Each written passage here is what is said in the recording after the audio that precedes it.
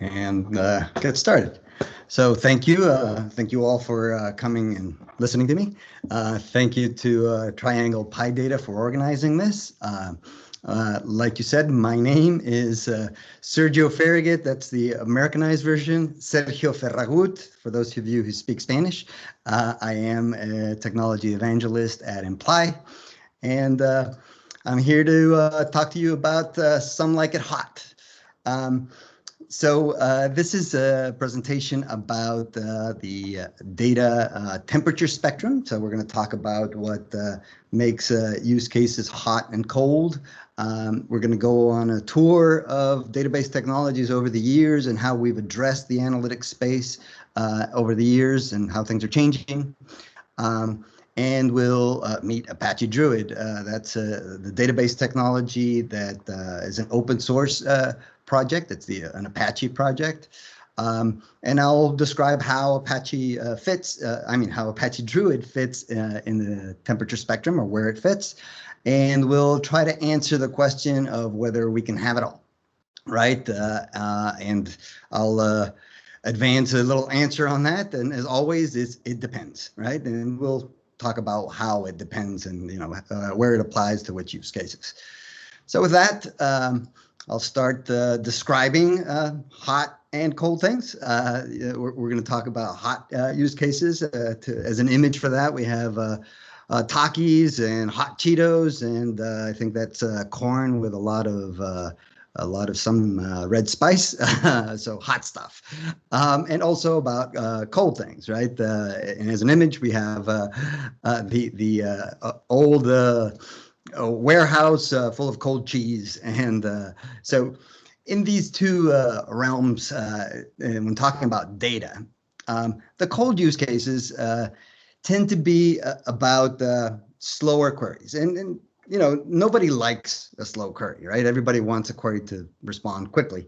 But the reality is that some use cases don't require extremely fast responses, right? There's batch reporting, which could take potentially hours to run, as long as the reports are ready by the morning, by whenever the users, the business users, need them.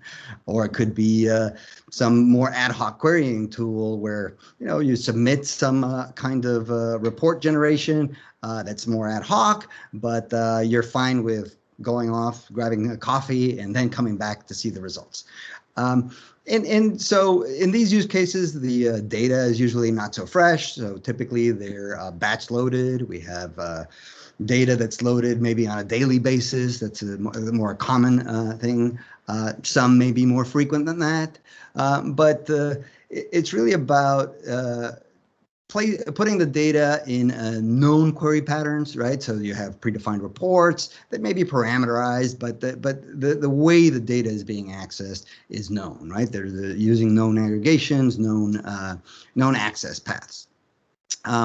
Concurrency tends to be lower in these use cases. Typically, these are a set of power users that are driving them. And these are the people who know the data well, right? These are the people who know the ER diagram from top to bottom. Maybe they helped design it. So these cold data use cases typically serve strategic planning analytics or longer term decision making, right? Decisions are in days or weeks in their time frame. So that's the cold use case. The hot use case, on the other hand, is about extremely fast response times, right? These are sub-second to a few second response times.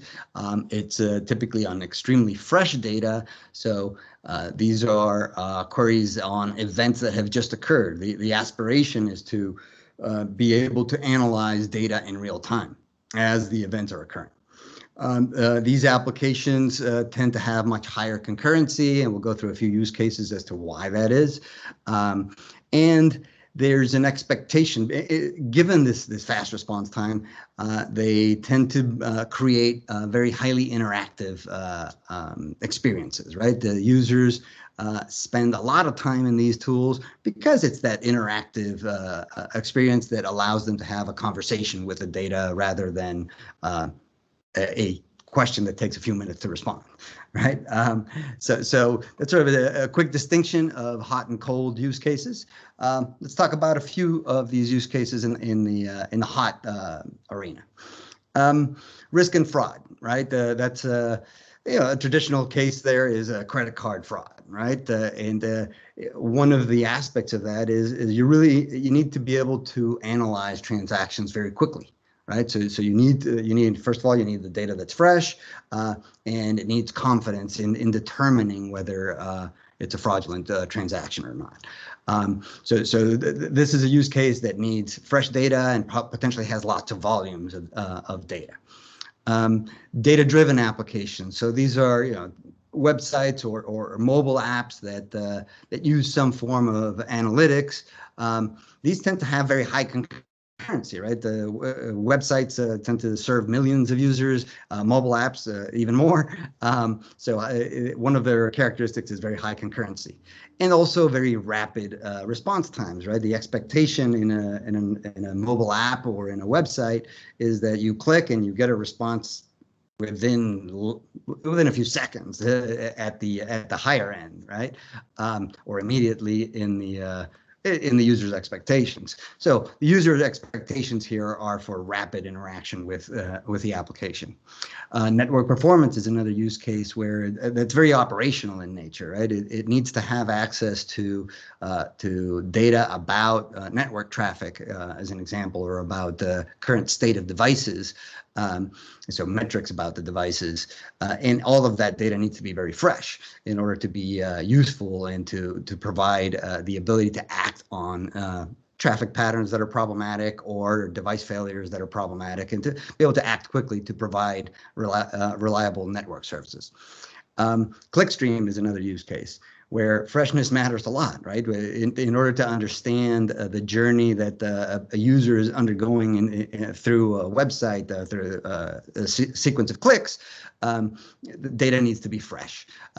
These use cases are maybe rollouts of new channels, A/B testing, and the point is it requires a lot of ad hoc exploration of the data, slicing and dicing, comparing perhaps the current activity, the current events to historical patterns. So this also brings this idea of having not just the fresh data, but also some historical data to provide context and be able to query it. And the use cases continue, right? The typical one, and we have examples here in our sponsors, are in the ad tech industry. Actually, Druid comes out of that industry. It comes out of the need to build this interactive analytic experience. And all of these use cases require a few things from the data platform, right? The solutions need to scale with the number of users, so they need to be highly scalable. It's very important that the data that we're putting in front of people is fresh data.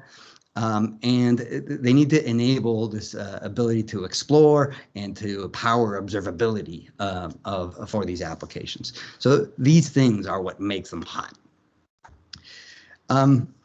This slide tends to describe the differences between hot and cold. I'm not going to read through all of them, but to point out the main differences here. The hot data use cases have an emphasis for speed and for democratization of the data. They enable exploratory, personalized decision making, right? So there's an ad hoc nature to it, and it's all catalyzed by the fact that it has the latest data. It's fresh data. So these again are the characteristics of the hot lane. So what's driving this?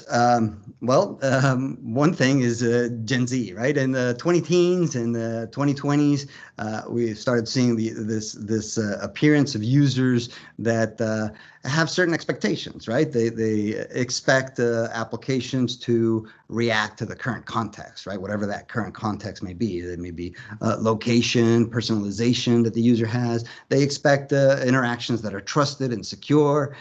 They expect an interface that's simple and intuitive, and primarily they expect a high interactivity, right? This idea of real-time interaction. Imply, the company I work for, produces one of these visualization tools that's called Implied Pivot. Um, this is actually the driving force behind the creation of the database, right? So Druid is the database that this application relies on. This application was born out of the need to create this analytic experience that was that could cross many dimensions and calculate all sort of aggregations and could do it on the fly.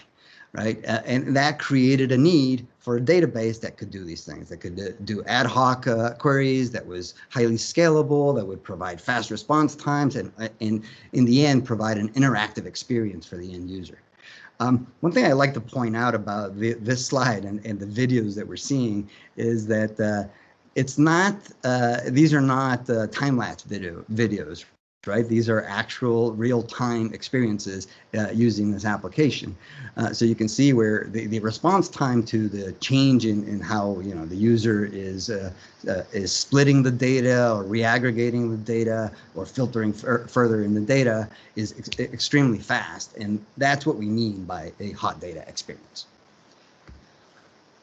And it's not just us, right? One of the, while Imply is one of the main committers to the Apache Druid project, it's not just Imply that is building Apache Druid. Apache Druid is a mature project now. It's been around for quite a few years, and it was very early on, because of the problems it solved, it was adopted by many companies in Silicon Valley. These tech companies had big data problems, and which turned into big scale problems, and they decided to adopt Druid to solve these problems. So as a few examples, Netflix uses this for real-time insights on their users' experiences, right? So they analyze the streaming of the shows and of the movies, and they analyze events such as buffering events or delays of other kinds, such that they're understanding their own users' experience and in real time reacting to problems in the infrastructure that may be adversely affecting their user experience, right? So they use Druid to provide a reliable service. MoPub, a Twitter subsidiary, is using Druid to query terabytes of advertising data in just seconds. Airbnb uses it to do digital service analytics. The point here is that all of these tech companies from Silicon Valley are participating in part and helping us build this Apache Druid database that provides all of this functionality. Now, Druid is not just about Implied Pivot, right? Implied Pivot is a visualization tool that uses the ability of the performance and the scalability of the Druid database to provide a visualization and analytics. But it's not just that. Druid is a database, and it allows for JDBC connected SQL or through JSON, actually through RESTful APIs that are JSON based for other applications to support Druid. And we're seeing lots of other well-known reporting and visualization tools that are adopting the Druid database, officially supporting the Druid database. And like you, we want more people like you from the community to be involved in the community. And I'll go through a few examples here of the community describing how they're using Druid and talking about it publicly. So there's a series of videos here about other companies and how they're using Druid and how they're implementing their hot analytics applications. Target uses it to drive their enterprise dashboard and analytics platform. Game Analytics uses it to analyze how gamers interact with games. So the game developers are the customers for Game Analytics, and they use this platform to understand how their users are interacting with their games and how to improve those gaming experiences. InnoWatts is another Druid user that uses it to power consumption, to analyze power consumption patterns in millions of households. So Oh, and one more, Preset uses Druid and Profit to drive interactive predictive analytics. So it's an active community, right? And that's part of what's driving the success of Apache Druid as a solution for hot analytics. We also have the Druid forum where you can find many of these experiences. It's a space where people describe their use cases and give us insights and tips and tricks on how they're using Druid to implement it. So it's a great place to go to find inspiration to build your own hot analytic applications. So after all this, the hot and cold use cases, it begs the question, why tolerate cold databases at all, right? Why not just make everything hot and make everything have this amazing analytic performance? And the answer is money, right? It has a cost in memory and CPU and disks and network to build these hot analytic platforms. It also requires human skill and time to build these interactive experiences. So the business case needs to be there, right, for the really hot use cases. And we'll talk a little bit more about that and what distinguishes the use cases and when to use one technology or another. So we've talked about the data, the temperature spectrum. We now understand what's cold and what's hot, or what we mean by cold and hot. So now I want to take you on a tour of how the database technology has evolved over the years, and how we've addressed, or how this analytics space has appeared and how it's been addressed over the years. So we start with this idea of the relational database and the fact that one size fits all, right? We had well, in my case, I was implementing applications using Informix, using Sybase, Oracle comes to mind. So these relational databases appear, and we start building applications, right? We start building applications to store orders, to manage stock levels, to do order processing, to manage our customer list, suppliers, purchase orders, you name it, right? Everything you need to operate the business, right? And these are for the first time, we're starting to generate digital data, right? We're starting to store this data, and we can start reporting on it. So these applications also have a certain reporting or analytics capabilities built into them to build, sales reports and some level of analytics to help drive the business. And single database, it has the data. Why not, right? We can run the queries there. So we start running the queries there, and while the data volumes are low, while the customer counts are low, everything's fine. The queries run okay. But as these applications start succeeding and the businesses get bigger, more customers, more data, we start keeping more data, we see that the queries start getting slower. And not just that, it starts interfering with the operation of the business, because the analytic queries start slowing down the regular transactions in the database, and that starts interfering with the operation of the business. So the first change comes in the late 80s, early 90s.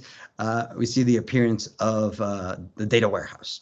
What's the idea here? The idea is we offload some of the data that was being stored in these OLTP, now named the online transaction processing databases, that are used for the operating the business. We offload data from there, keep the data low so that the transactions or the transactional speed is guaranteed, and we can make sure that the operation of the business continues. So in order to extract the data, this new concept appears, the ETL process, which stands for extracting the data from the OLTP database, transforming it into some centralized form, and loading it into this data warehouse technology, which is probably at this stage is another relational database. So now we have the transactional, the operation of the business on the transactional database. We're moving some data out on a regular basis, and we're building this data warehouse, and now we're running reports and analytics on this other database. One of the things that came out of this, the data warehousing, I was a part of that.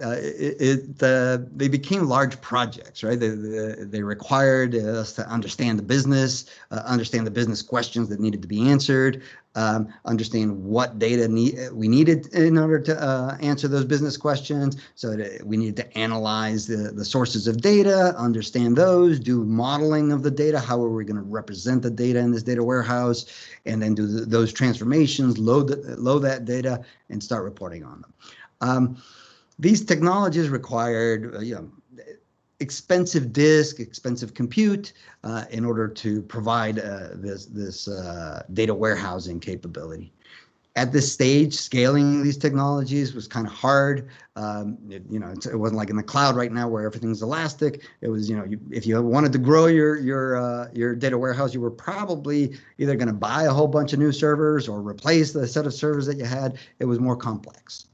But even these data warehouses, as time went on and as more applications appeared, generated more users, generated more data, generated more questions, and they also started getting slower in relational technologies, right? So that made them colder and in many cases unusable by some of the business.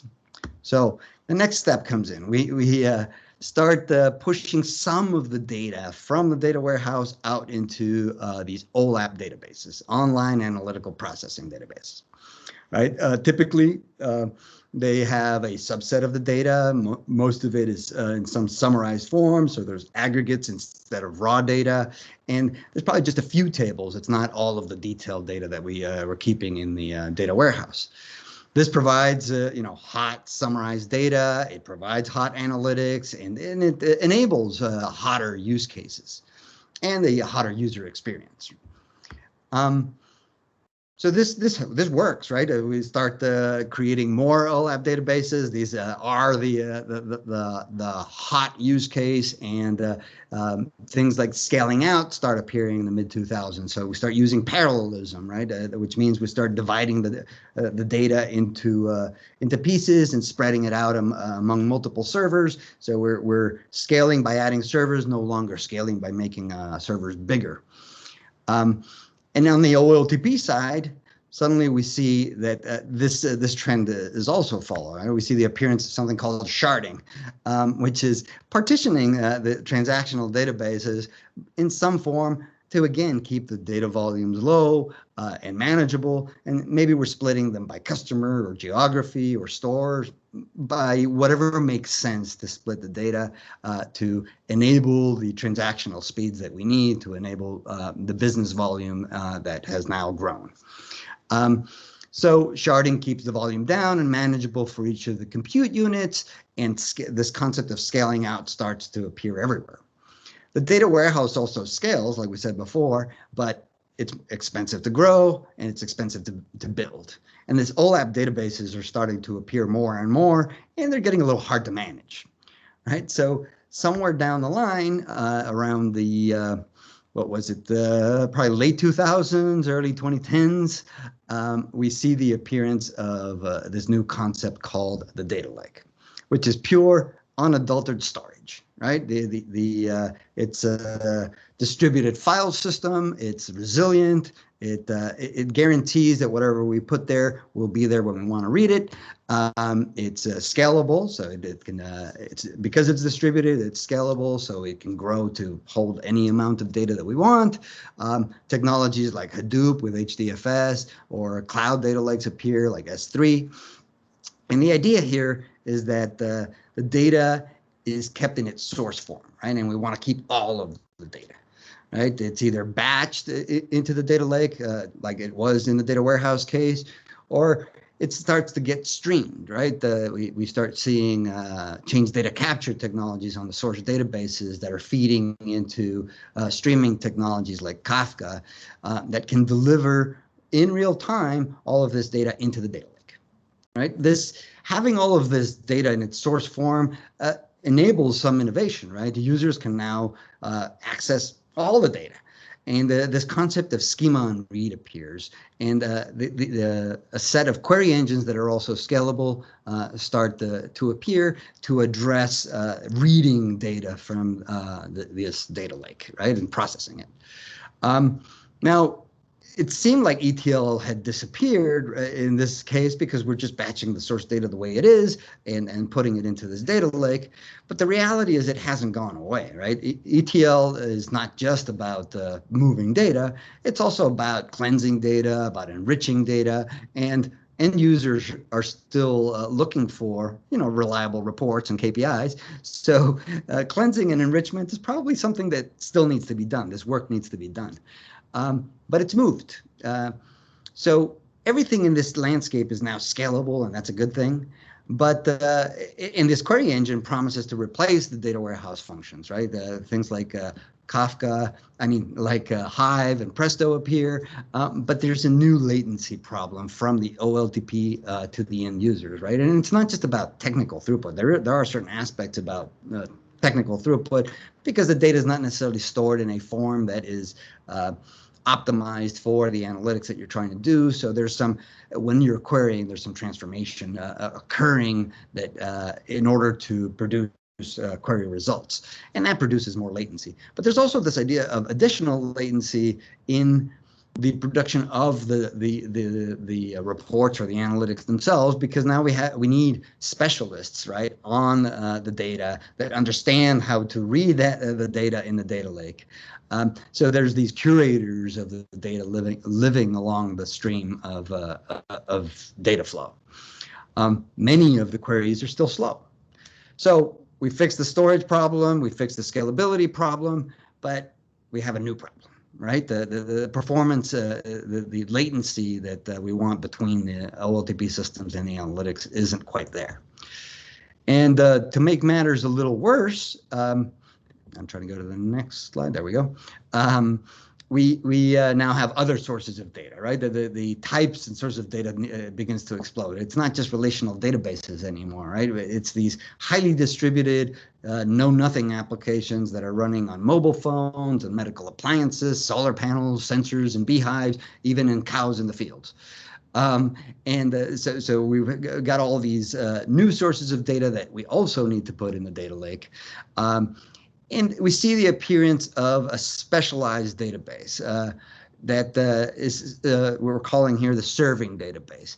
And these databases are a little different than the query engines, right? Because they store an optimized copy of the data that's designed, much like in the past with the OLAP databases. They're storing it in a form that is optimized for decision making and that use the latest techniques in computer science to deliver new performance levels, right? We see the appearance of key value stores such as HBase and Cassandra.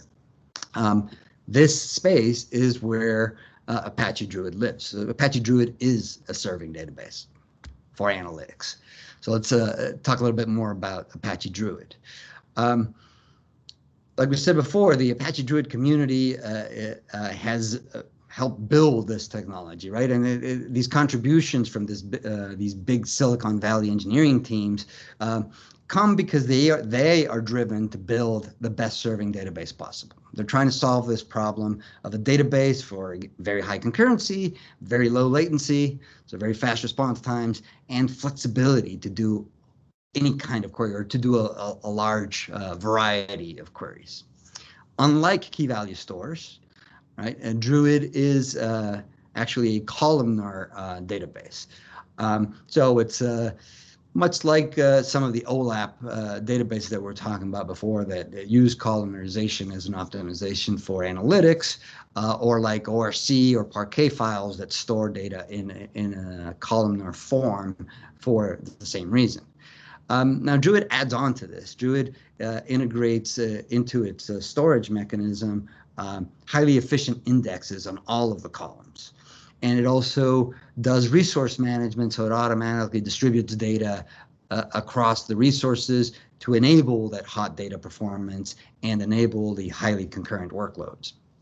And it adds one extra piece of magic, right?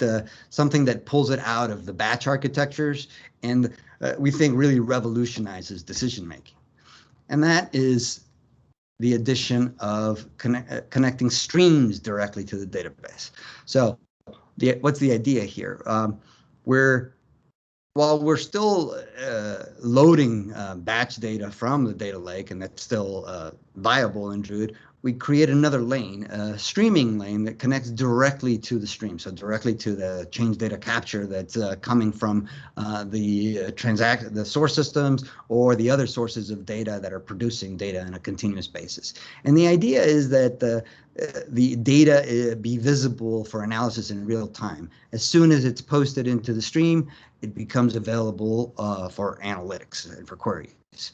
So, and you imagine combining this with in-flight data processing, whether you put the data processing inside the stream or something hooked to the end of the stream. This allows you to tap into sources of data and make decisions really fast. So with Druid, you have a database that delivers on this hot analytics. It provides super fast query responses on fresh data because it can connect directly to the streams. It's enabled for lots of concurrent users, and it creates this highly interactive interface that we were showing because it enables it through the response times that it enables. But not everything, not all data is hot, and not all use cases are hot, right? So if there's a use case for cooler data, you could use a query engine, something like Presto, that uses a pure query engine to access the data from the data lake directly, or perhaps it's a cloud data warehouse that's processing the data. Those are warm or colder use cases. Apache Druid is definitely just for the hot use cases. So as a hot database with its sub-second response times or a few second response times, we can make analytics personal, interactive, and intuitive. Having the fresh data allows people to make rapid decisions on the most current information. The scalability allows us to enrich and lengthen the time frame of the data that we can see, and therefore expanding the audience for analytics. So we've talked about the history of database technologies and how it has addressed this analytics space. Now what I'd like to do is go into Druid, right? And what makes Druid different, right? Why is Apache Druid capable of producing these really hot data experiences? So first, let's talk a little bit about its architecture. So Druid uses a microservice style architecture. It's a host, it's a collection of microservices that provide different functions.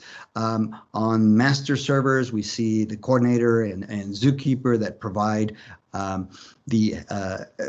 that manage the health and manage the balance of data across the cluster, and they provide reliable inter-process communication. We have data processes in the data servers, the ones that are called historical and indexers, that provide the ability to ingest data and make it available for querying. Queries come through the top on the query server in the service called the broker. The broker's job is to distribute query work. So it receives a request for a query.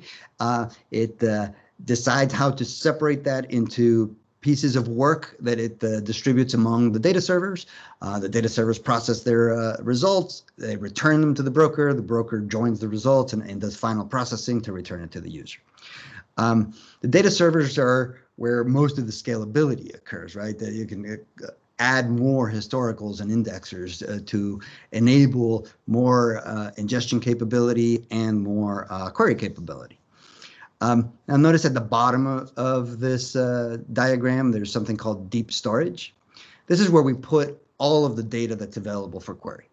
And you see that we've subdivided the data into like these chunks that we call segments, right?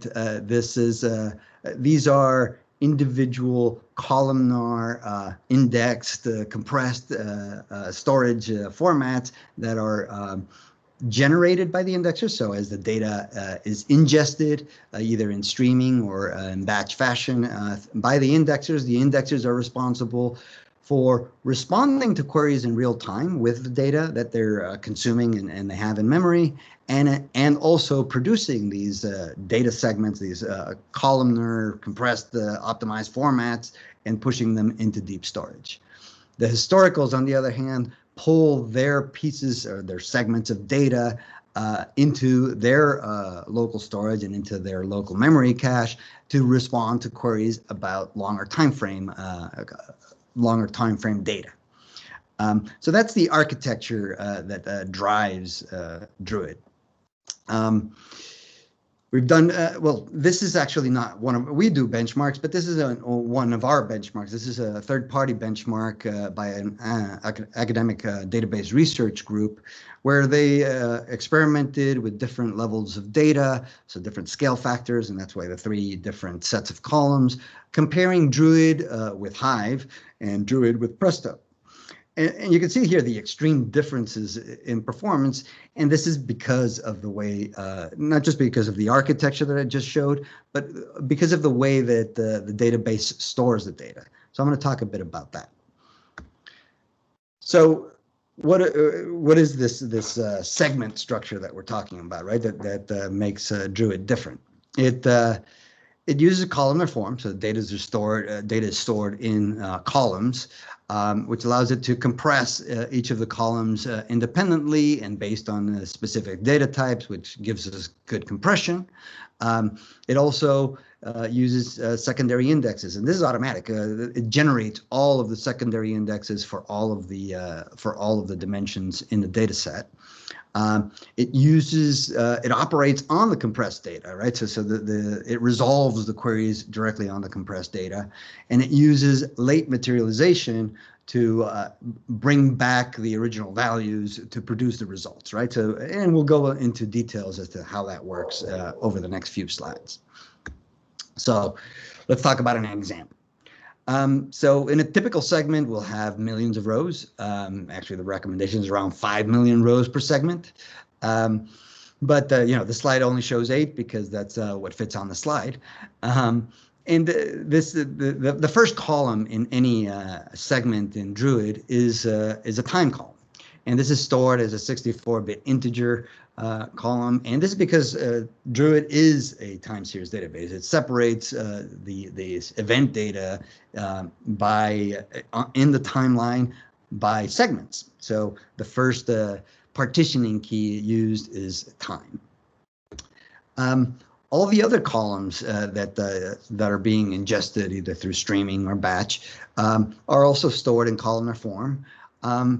And that means that we're storing the individual values of the rows for each of the artist columns and each of the city columns in this case, but we don't store the literal values of the artist and the city. Instead, I'm sorry, is there a question? No, I think you're good. Okay, I'll keep going. Yeah, it was just echo, I think. That's fine. These dictionaries, we build dictionaries for each of the columns, right, inside a segment. And what these contain is for each distinct value of the column, we do an encoding. So, and we sort those values. So we see here in this example, we have AC/DC, Kylie, and Silverchair. Each of them are sorted, and they each get an encoded value, 0, 1, and 2. So the encoded value is what's stored in the column data, and therefore it's that by itself provides some compression. Same is true here in this example for the city column. Additionally, Druid I jumped ahead. Sorry, let me jump back. Produces indexes for each of these columns, right? And it does this automatically. What does this do? It for each of the values in the dictionary for the column, it stores which rows contain said value, right? And it also stores it in what's called the roaring bitmap form. What this is it's a bit field where there's a 1 for there's a bit for each row, and there's a 1 where the value is present and a 0 where the value is not present.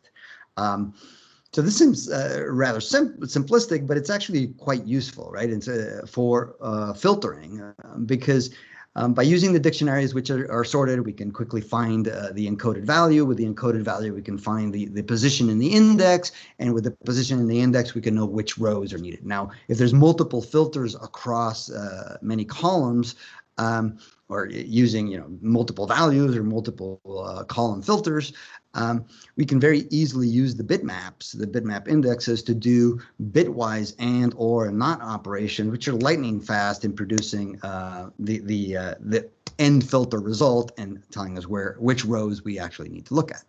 So that's one of the key optimizations.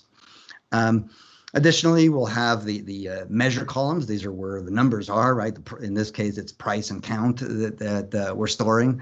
And this is where we're going to do calculations on, right? So this is the structure of or the how Druid stores the data internally. And what I'm going to show you now is how it uses this to resolve queries, right? So first of all, we in this hot data experience, it's important to allow for almost any query, right? So here we're expecting users to do aggregations on any of the measure columns. We're expecting them to provide any set of filtering and complex conditions for filtering. We expect them to do grouping by any of the dimensional columns in the data sets, and then do aggregate calculations on those. So these are not developer-driven queries, right? These are your truly user-driven queries that are driving this. So that's the ad hoc side of this.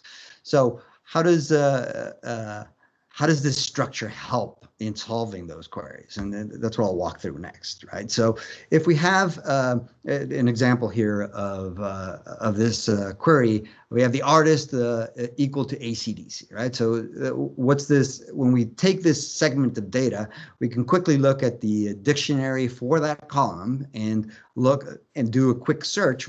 We're not scanning the data at any of these steps, and that's an important aspect of this, right? We're doing an optimized search on a sorted list and finding AC/DC in this list and finding what the encoded value is for that.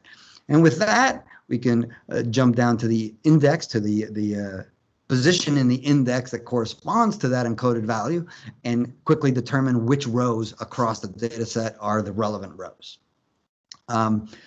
Additionally, we can just pick out from the city columnar store and from the price columnar store, because those are the two columns that we're grouping by and doing calculations on, and we know which rows within those columns to access because of the index that we did. So we grab that array, we do the calculation.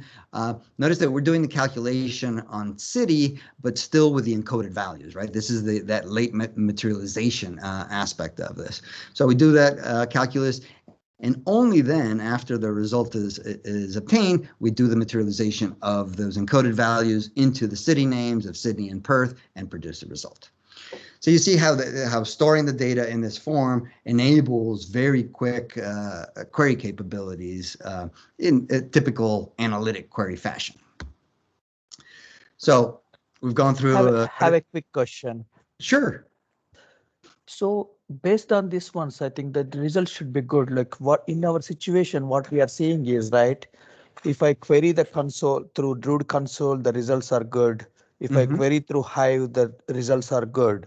But if I query through Presto, the results are not good. I mean, that we are getting the different results. So we try to see the rollup is used anywhere while loading. We are not, and the data types are same as approved by that.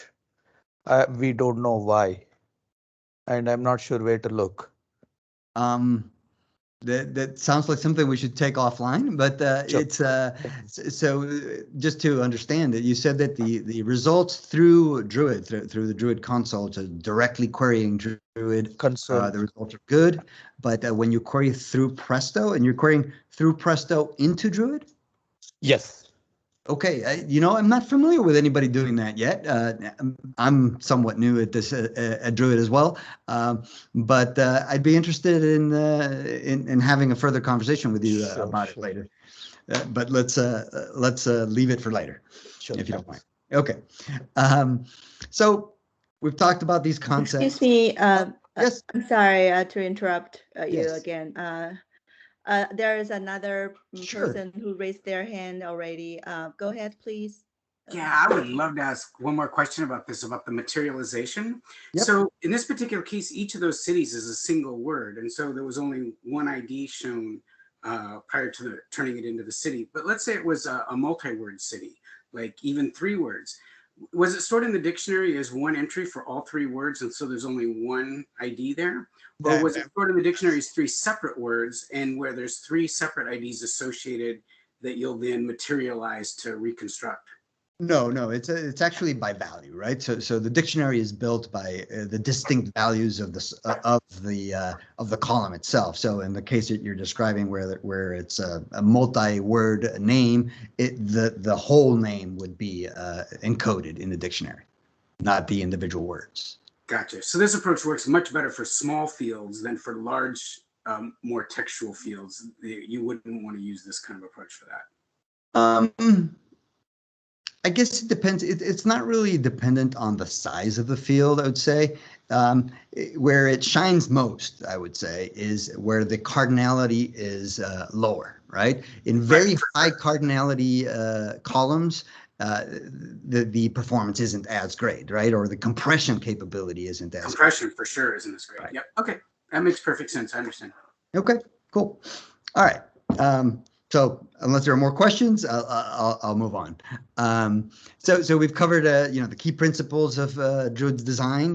This idea of a segment, which is an optimized storage format that gives us compression, it gives us secondary indexes, it gives us operations on the compressed data, and it gives us this what we're just discussing, the late materialization. So it's really a different query processing system to other query engines out there.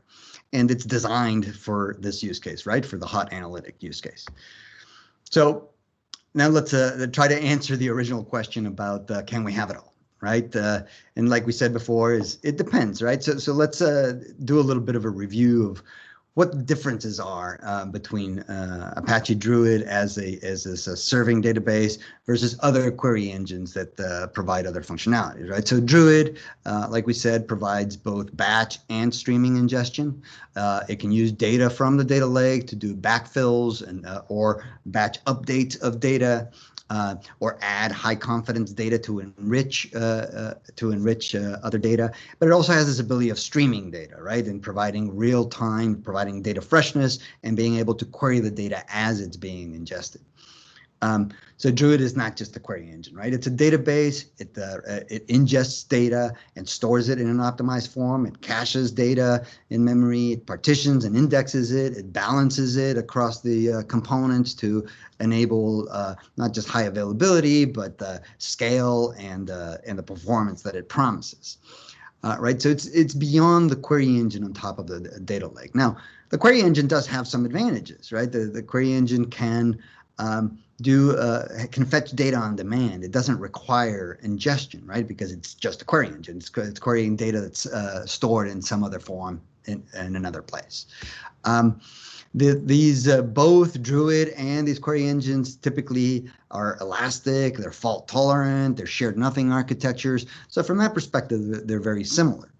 Druid can scale up or down just by adding or removing processes. In that architecture picture we showed, if you add historicals, it'll distribute the data further and therefore have better performance for bigger queries. It rebalances and self-heals, but in order to do that, it needs to do some work, right? It needs to redistribute some of the data. So when you add a new hardware or new nodes, or new pods in the Kubernetes world, that new resource is not immediately available for querying. It needs to do some work to bring the data segments that correspond to that new node to the node so that it can respond to queries. So that takes a little time. And therefore is different than a query engine. In the query engine case, you can bring in new nodes, and they will, because it doesn't have any local data, it can immediately be used for new queries. So those are differences. Now, the query engine is not so fast, right? So there are different use cases for it. Another example. So based on everything we've discussed, right? By now, if you believe me, or if you test it, you'll see that Druid, because it stores this optimized copy, will provide better performance. Better performance when compared to other query engines using the same hardware, as an example, right? And we saw the benchmark there and how much better performance it can actually do. And it also provides a lower performance floor. This means that the fast queries, and what we see in Druid is fast queries that are around 100 milliseconds to produce results. That's typically not possible in query engines, and that's just because, in order to access the data from the data lake, you may have a higher latency than that, right? Just to read it and then process it, and it's not in an optimized form, and so forth, right? So it doesn't provide that speed. But the query engines do provide other functionalities, right? Like we said, you can have spot elasticity, right? By adding new nodes to it, you can use them immediately, and it gives you that scale faster than Druid might. And it also provides other functionalities like maybe federated data sources. Like Presto allows you to access multiple data sources in order to produce results, while Druid is designed to produce results based on the data that it has ingested and not other data sources. So anyway, there are different use cases that, again, we're saying for the hot use cases, use Druid. For the not so hot use cases, and maybe for other reasons like federated data sources, you may want to use different query engine. So again, can we have it all? Well, it's going to depend, right? It depends on whether your use case is really that hot, right? And whether there's a business case for it. There's community members like we've talked about, like Netflix and Hulu, who are reaping the benefits of these hotter analytics and really providing a business value through this hot interactive analytic experience that the Druid provides. So if you want, the hot Cheetos, download Druid and use Druid to do it. If you're looking for cold cheese, well, then maybe you can use Presto or some other cloud data warehouse. So speaking of which, if you want to get involved, the Druid project site is in druid.apache.org that contains quick start tutorials and all of the project documentation. The quick start tutorials are actually quite good to get you started immediately. I learned this and downloaded it my first day, downloaded the Druid distribution, got it up and running, and started doing ingestion and queries within an hour or so. So it's actually quite simple to do. There's also the GitHub page for those of you who are developers. This is an open community and we welcome contributions, right? So PRs are welcome, even bug reports are welcome. We want to improve, as a community, we're wanting to improve this database as much as we can. So we welcome all the contributions. And finally, there's forums, right? There's the Druid user forum at druidforum.org. There's meetups like this one where we talk and where we invite our users or Druid implementation users to talk. And there's the Druid professional groups in LinkedIn. There's the Twitter messages that you've probably seen around. There's a Slack channel on the Apache Software Foundation Slack. And there's the Google groups that for Druid users where questions and answers also occur. So with that, I'll say thank you, and I will open it up for more questions if you have more questions. Sergio, I have a question. Shoot. Does the engine support, the Druid engine itself support partitioning?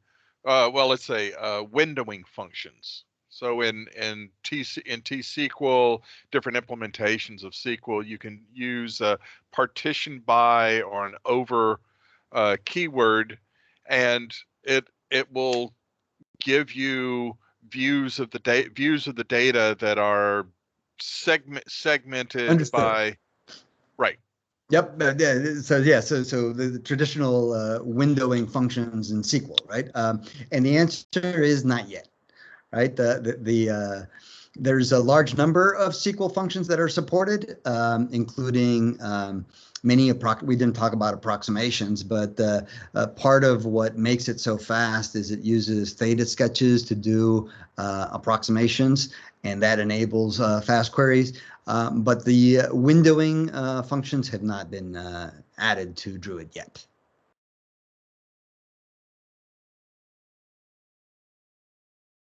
Any other questions? No problem.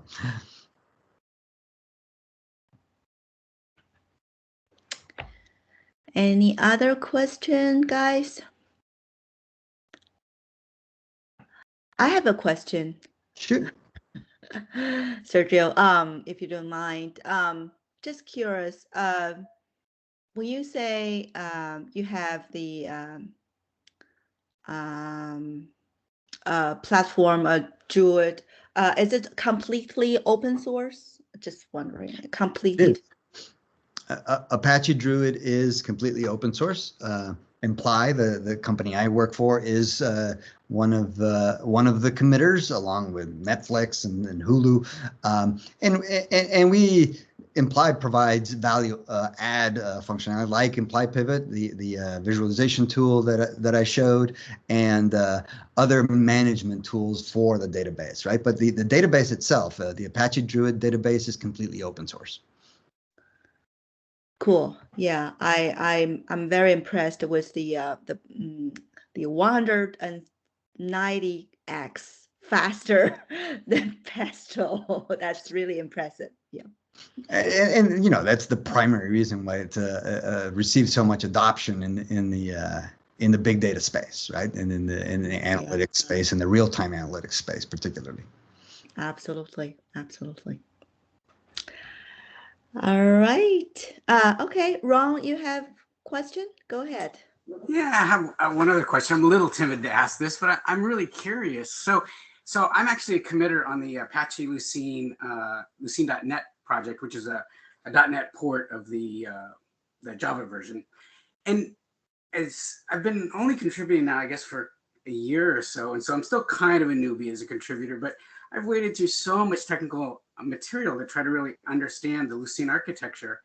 And many of the things that you talked about here in Druid are very reminiscent of things that are in Lucene that make Lucene so fast. So like using bit fields where individual bits represent, you know, a state. Like in Lucene, an individual bit will indicate whether the record at that index location exists or has been deleted. And Lucene uses segments, and they're read-only segments, which I suppose your segments are probably read-only too. And That's Lucene correct. also has column restored data, which they call doc values, which didn't used to exist in an old version of Lucene, but got introduced, I think, in 4.0. So there looks to be a lot of similar ideas here. And so I'm just really curious which one is probably cross-pollinating the other one, or maybe the ideas flow back and forth. You know, I'm not going to say that Druid is the only database doing optimized analytics, but it's a really good one. I'm not particularly familiar myself with Lucene, right? But it sounds interesting, and you know, this is one of the I guess interesting aspects of open source, right? You can try them both. Well, right? yeah, and I didn't mean it like one is better than the other. It's just from an architecture standpoint, many of the concepts that are giving these two products the performance they're getting are similar, and so seem to be maybe cross-pollinating.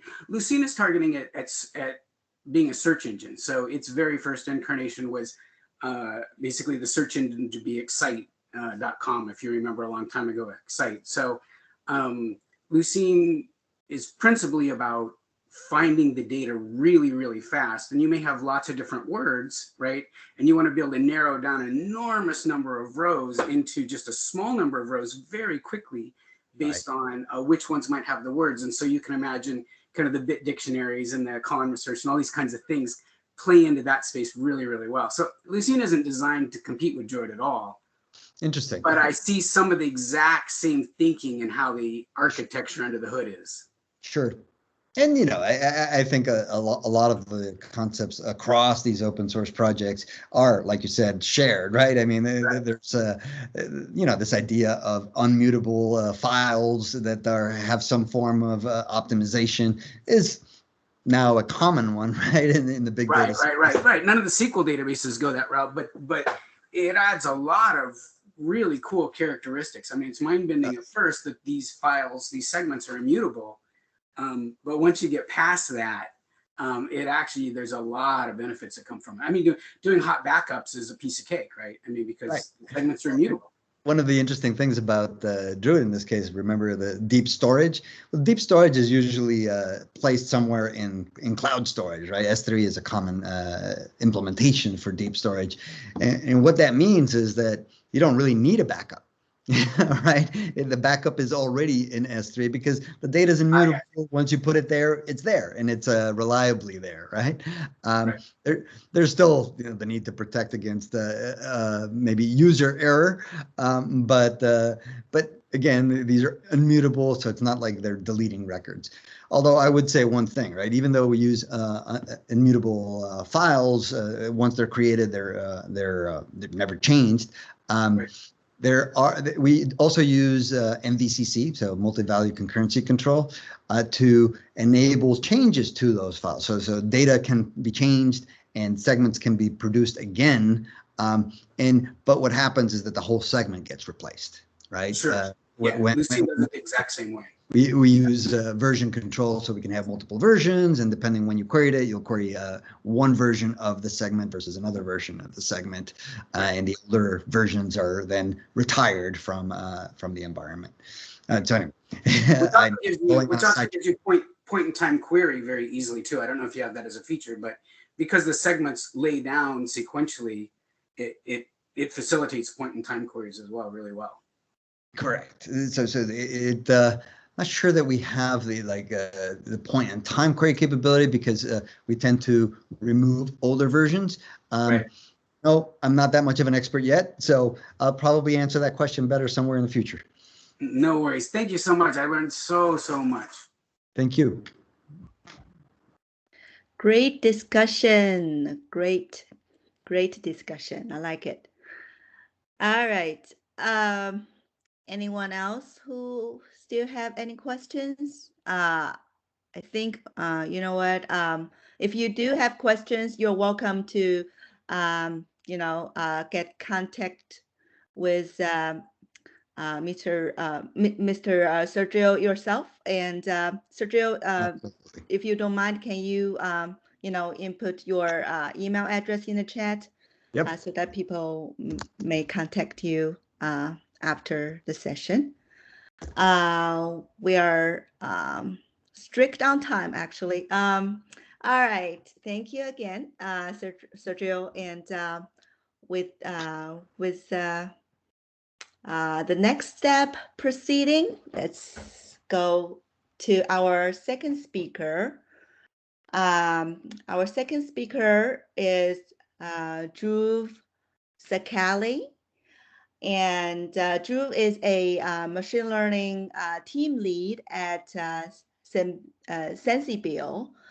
Sensibio turns everyday spend into long-term financial awareness. The financial wellness with actionable and purchase level data. And also, Dhruv is one of our PyData triangle organizers as well.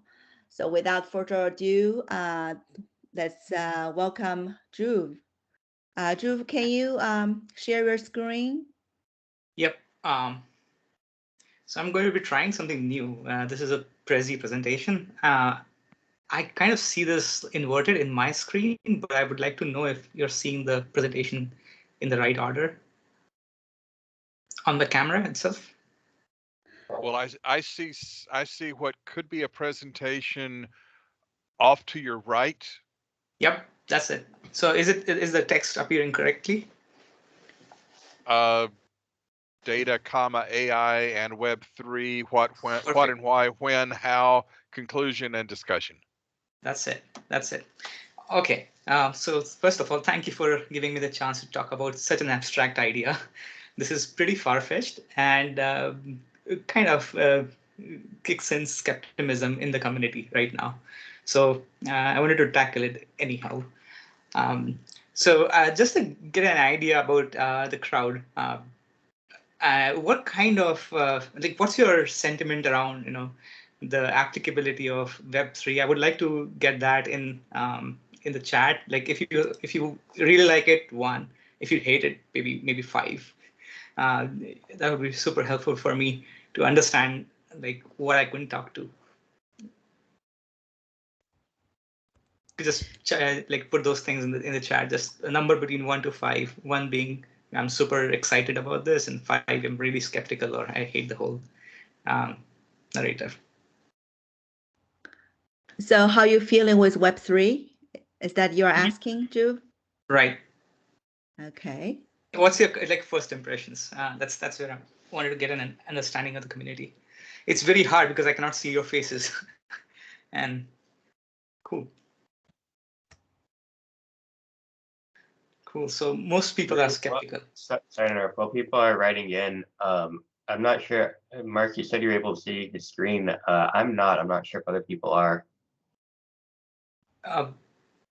Yep. Yeah, I see a lot of 3s and 4s. No 1s or 2s. So that is interesting. Especially. Hey, Ted, I think Drew is not sharing his screen now, but from his camera you can see those pictures from his camera. Gotcha. Yeah, it might be useful to just pin my camera on for everybody if that helps. Yep. Now you're up. Thank you. Yeah. All right. All right. Let's get started. So I want to talk about how data and AI can actually play in with Web3, if it is possible, and what would be the roadblocks. So let's get started with what and why. So personally, I feel we are at a pretty exciting time where there are 2 really kind of overhyped, or buzzwordy kind of technologies simultaneously popping up. There's the Web3 movement and there's the data and AI movement. I'm personally on the data and AI side. I know very little about Web3, so this is my foray into Web3. But the intersection of these 2 does kind of bring about a new set of opportunities that could help really booster some of the shortcomings which we had with Web2. So let's dive in. So what is actually bringing about this Web3 movement? And let me first get a little bit into the limits of Web2. The closest definitions I've found which made sense to me for Web3 is where Web 1 was read only, Web 2 was read write, Web 3 enables read write own. However, I think it's the way I kind of internalize this definition is where Web 2 was passed by value in a function. Web 3 is more like passed by reference, and we'll go into some of those details later. But that's my definition. And the problem with Web 2 is there were some unintended consequences, right? Like, what am I talking about? For most successful platforms like Facebook, Google, they became the product. Our data and collecting our data became like the central focus of these organizations. Also, once you submit your data to somebody, you have limited control over what they do with this data because you just passed it on. There's censorship, so people can choose what appears on web as central agencies like Google could actually completely ignore a bunch of data, and they have right what kind of results show up or what doesn't show up. So they have monopoly about a large chunk of how internet and Web 2 operates. We don't have good mechanisms for trust verification, so misinformation is abundant, and we have seen what it can do to our society in general. So how did we get here? Like, and if you take the classical machine learning or reinforcement learning perspective towards things, like if you're designing a system and you're placing rewards in the wrong places, you tend to elicit behaviors that try to still maximize their own reward, and in turn, they do not benefit the system. And one of the questions I would like to pose here is, what is choice really when reward structures have been defined? Like, do you really have a choice when reward structures are in play? I want everybody to take a moment to think about it.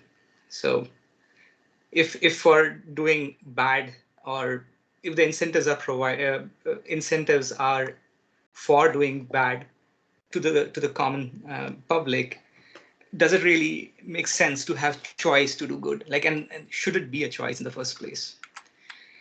As intelligent machines, we are all like kind of maximizing for utility, right? And what I mean there is you have a set of choices, actions, and each action leads to an outcome, and you're trying to take actions which overall, as a total, maximize utility for yourself. And this happens intuitively in any given system. You can see this in animal behavior. You can see it with reinforcement learning agents as well. So what can change this narrative? I think one of the key pieces is to put rewards and incentive structures that enable good behavior.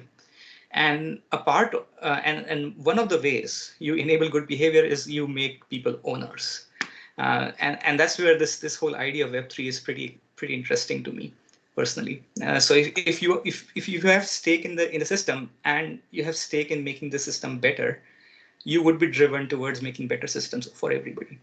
Versus if you're basically interface through a third party where you have to like offload your data, and the third party then chooses what to do with the data. So it'll try to maximize incentives for itself. And that's where it starts to become a little bit different. So coming back to our limitations, one of the limitations that is an active area of research is the trust and privacy area. And the gaps are growing. I think this is one of the slides. I was looking at a presentation from the MIT CSAI labs, and they touched upon a lot of points where there are certain urgent opportunities. And two key proposals in this, and I want everybody to just take this picture and hold it in your memory for some more time, and down the presentation, I think it'll start making sense. So data usage and purpose. Right now, we don't have proper mechanisms around controlling how data gets used. And this was a suggestion around purpose controls through access controls regarding which services can use and cannot use your data from that is collected from all the devices. The way they were describing the architecture for this was to have a purpose-aware database where each query has a purpose entity kind of defined along with it. Now, this is a very interesting idea. I don't know how well implemented it is in the current world, and we have tools for that. Another idea that was presented was around like cryptDB, where the SQL itself, the SQL database itself was encryption aware. And again, this was pretty exciting. But again, none of this is in use at a global scale. So taking a step back, right? Like how many people know this person? You can write in the chat, or you can speak out loud.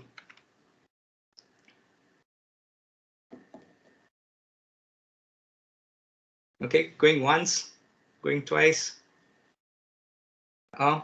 He's the inventor of internet, Tim Berners-Lee. He's also the oh, hey, somebody got it. Conrad, there you go. Yeah, so he's a pretty visionary person, and I'm going to read this verbatim because I don't have a better way to put this myself. His vision for internet when he created it in 1999 was stating, "I have a dream for the web in which computers become capable of analyzing all the data on the web, the content, the links, and the transaction between people, computers, a semantic web, which makes this possible and has yet to emerge. But when it does, the day-to-day mechanisms of trade, bureaucracy, and our daily lives will be handled by machines, talking to machines. The intelligent agents people have touted for ages will finally materialize." So this was his vision going back in 1999. And I think it kind of ties back into, and when semantic web was proposed, it was proposed as Web 3.0. That definition got overridden by the current blockchain technologies. So this was pretty interesting. Well, diving deeper. So this is the stack that was proposed back then, and probably this has evolved over time as well, in which like trust, proof, unifying logic, cryptography. These are all integral to this whole system. Where I think it kind of diverges is around how knowledge is encoded into the system. And the kind of definition with blockchain technologies right now is, instead of storing the knowledge itself, they're storing hashes of the or basically indexes of the knowledge. And they kind of have moved away from this whole RDF idea. But it's pretty interesting that this was proposed way back. And in 2005, there was another slide I was able to dig deeper, where he also proposed a policy-aware web, where transactions. Actually, let me make this bigger. So the transactions would have some kind of policy awareness inbuilt into the internet, and then you can probably approve or deny transactions between machines based on the policy. So, yep. This is not new stuff. This has been vision proposed earlier, and then Bitcoins comes along, and the paper is very easy to understand. It's like 9 pages long, and I highly recommend everybody to read the paper. One of the things it did pretty interestingly was to define an incentive structure that promotes good behavior. Here, I think it kind of highlights where a greedy attacker, if they want to sabotage the network, they'll have to amass a sizable amount of compute power. And if they have already gone that far, it becomes more profitable for them to mine Bitcoins rather than hurt the network and destroy wealth. So that kind of like bootstrapped incentive mechanisms into the network security and the usage intent. Also, it introduced an idea of how things could be made private, and this was pretty initial stage of it. But one of the downsides of blockchain is it's public, and you have to basically then separate out the identity. So the wallet that is making the transaction does not need to have tied back to a real person. A person can have multiple wallets, and the transactions from that result from a wallet are public. So there's an abstraction layer right here, which is right now being maintained by a third party, like a bank. So a bank has complete information about who's this person. They do KYC and all those things. And if data gets leaked or they want to misuse that information, they can. So that's where the problem comes from. But here that kind of gets resolved. Also, that there was the whole notion of what a blockchain is, and I'm going to skip over this because I'm going to assume people already know this by now. But the idea of the wallet, and this again ties back to the identity, is pretty interesting, where a wallet is a combination of a public key and a private key. If you have seen Alice and Bob talking to each other in multiple, public-private key conversations, this is no different than that. And the public key is open for everybody to see. Private key is what kind of helps you enforce ownership. So you don't really store anything in the wallet per se, but a public key is attributed to some amount of Bitcoins, and private keys are used for access and approving transactions. So the way I have understood wallets is a wallet in a blockchain and Web3 world is the same as a browser in internet, or maybe an IP address in internet and Web2 world. So, and that's my definition. Any questions so far? I would love to take a pause and answer anything if something has come up. No? Okay. So that was Bitcoin. Then came Ethereum, and one of the things that it did pretty well was it created a programmable layer on top of blockchain. And this was a huge addition when it kind of took us closer to the semantic web proposition, where the transactions the whole internet is computable at that point. And two main things that have been introduced from there, and these are standards as well. So when you talk about smart contracts, it's a standard of communication, and it allows you to kind of piece together distributed apps called dApps, which are immutable pieces of code that live on blockchain and that can perform transactions on the blockchain. So this was one of the biggest additions. Now, the other thing that has really caught fire is around non-fungible tokens, which is another standard. It's a 721 standard. And what it does, it allows you to represent something that is unique on the blockchain. It's just a token The non-fungible aspect just means it cannot be equated. Like two $100 bills are fungible. They have the same value, but a non-fungible token is something like a property, a house that is unique by itself, and the properties are not like completely equivalent to something else. So that's where the notion of non-fungible comes in. But representing something unique is pretty easy on a blockchain if you have a token associated to it.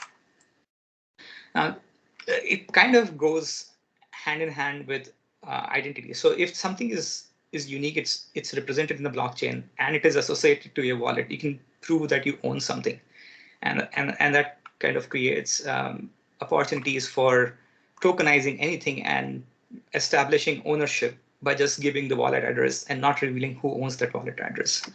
So that's an interesting proposition. And then from that point on, like the whole ecosystem exploded. There have been a lot of layer 1, layer 0, layer 2 protocols that have helped try to scale the solutions out. I think this slide is probably outdated, and there's new information out available there. But one of the limiting factors is how many transactions can you process per second? Because if you want to do something at a web scale, you would be probably processing trillions and trillions of transactions per second. And the technology right now is not mature to that level yet. And some of the problems faced around the architecture of these blockchains is a scalability trilemma, where you can have one side of this triangle. So you can have something that is secure and decentralized, like Bitcoin, that's not scalable. You can have something that is scalable and secure, which is more centralized, but not sufficiently decentralized. And the other side is possible as well. It's something scalable and decentralized, but not secure. So it's a balancing act right now, and a lot of innovation is kind of in this space, where the protocol layer itself is being defined. So that's the backdrop, and I want to now tie in how data and AI plays into this. Like, data is termed as the new oil, and AI is basically decision making at scale. And if you talk about on-ramp, like, which is how do you bring data and AI to blockchain? Intrinsically, they are like oil and water. They don't mix. Data heavy and compute heavy operations are not well suited for blockchain. The whole compute capacity is very, very small. And if you are, let's say, training a neural network with server and data being in two different places, and you're having transactions going to and fro, it's just not going to be very scalable. So yeah, I mean, that kind of introduces the need for hybrid ecosystems. While we're designing these hybrid ecosystems, you have to then do the exercise of mapping how value flows between different agents of the ecosystem. And we need to like really closely identify who are the value creators in the system and who are the value consumers in the system. So, like, for example, if you want to understand the actors involved in the AI space, there will be people who would be doing data labeling. There'll be people who would be loading the data, maybe prepping the data. There'll be people training models. There'll be people evaluating models. These can be roles or people, or basically individual wallets, or even smart contracts. So the identity is kind of analogous to actor here, and how these actors interact basically creates the transaction that for which blockchains are required. Goes for data flows, like you can have a data creator, people who are generating data. Let's say if you own a Tesla and you're driving around, you're generating a ton of data, you can then become a data creator. A data curator is one who increases the value of data. A consumer is the one who's benefiting from this data. And if the value flow between these agents is clear, then you can start pricing it. And then you can start deciding incentive structures, which does not need necessarily bad behaviors. They can get direct transaction with no third party involved. Okay, so talking about like hybrid ecosystems and how these two things are very different. Where AI is probabilistic, it is ever changing. You have algorithms. Let me to guess at reality. Blockchains are more deterministic. The state is kind of shared across the whole network, they're permanent. You can't really, all these smart contracts that we create are immutable bits of knowledge. If you change the smart contract, basically it invalidates the whole proposition of having a blockchain. So they have to be permanent. And it's a system of recording facts and reality. It's not really designed for stochastic calculations. So how do we solve for this? So that kind of creates, there is something called a smart hybrid contract, hybrid smart contract. And I can go deeper here, but one of the questions I have is like, in a deterministic system, can you use a deterministic system to create a random number? And I think this kind of explains the whole need for hybrid smart contracts. What do you think? Is it possible to create random numbers, true random numbers, which are unpredictable in a deterministic system?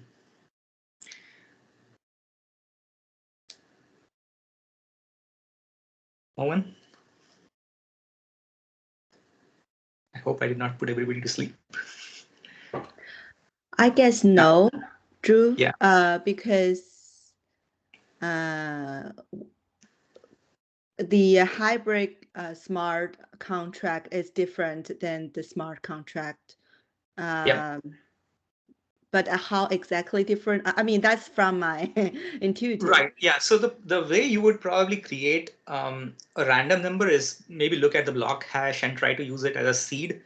But if the miners are actually calculating these blocks, and they are the ones publishing the block, so they have knowledge of the block hash, and they can choose not to publish certain block hashes, take a penalty, and wait for the random number being generated to their liking, which it creates a lot of problems in the blockchain world. That's where like hybrid smart contracts are required, because you need an oracle to provide you that data.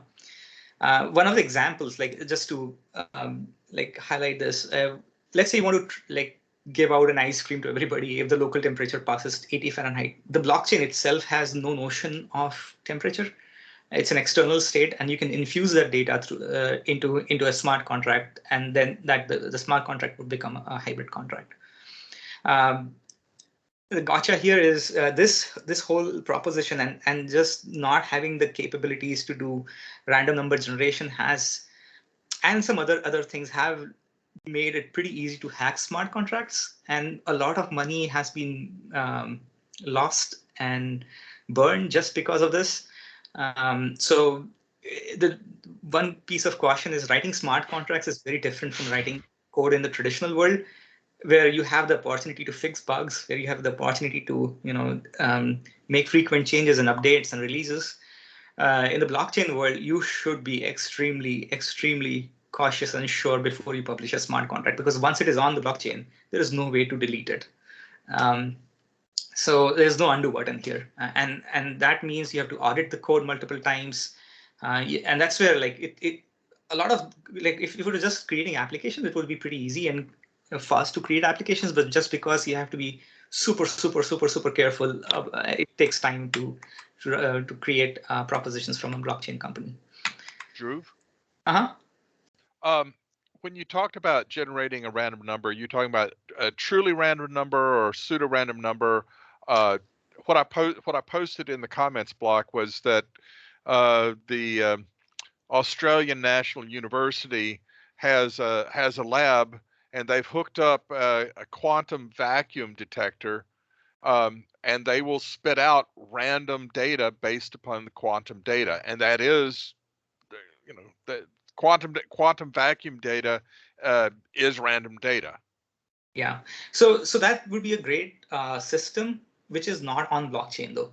Like that's an off-chain system. That's a traditional world system that we all live in and understand. So and I'm still talking about pseudo random numbers, not really. It doesn't have to be pseudo random or true random, but unpredictable is the key here, because something is deterministic. It's no longer unpredictable. You can arrive at the same number through understand. All of this code is public. All of the blockchain has visibility into the block hashes you're trying to use as seeds and all those kind of things. So if you know the initial state, you can then derive the rest of the ecosystem from it. So yeah, and that's what I meant. So that basically dovetails into the whole proposition of an oracle. Oracle actually is a way of combining blockchain with something that is impossible to do on a blockchain. So integrating external data, let's say weather data or maybe a random number. If you want to push that random number onto the blockchain and make it available for all the smart contracts, that's where you would probably use an oracle. There are many of them available. One of the projects that I really like is Chainlink. Full disclosure, I own some of this. So, but this is not the only project out there. There are plenty of good ones. The diagram here actually makes it pretty obvious. What we're trying to do is take any input, any kind of an API, any kind of data source, and make it available on blockchain. Also, it can do the reverse, where you can take any kind of data from the blockchain and make it available as an API in the traditional world. And I think this is a fundamental piece that is required. One of the examples, I think this example will make this pretty clear. So Chainlink provides a decentralized tamper-resistant source of external data to trigger the settlement of a prediction market and payment to the winners. So this is one of the use cases where I think 2020 presidential election results were used to drive this on-chain prediction market for a yield wars kind of a betting app. And what is happening here is that you have the source of data interface with a Chainlink node. If you have a single source of data, it's easy to corrupt that. If there is like smart contracts that define logic based on this data, one can easily choose to fudge this data to gain advantage, and there's probably incentive in there to be a bad actor in the system. But what Chainlink does is it creates this incentive structure of running a node, and the node, you can have multiple nodes, and when you're getting data into the blockchain, there is a consensus algorithm among those nodes. So if multiple nodes agree, that's where you can define truth as agreement between nodes. And then they get payment as a reward for supplying high quality data to the blockchain. Now, they can, in theory, decide to not provide good quality data and benefit from the fraud.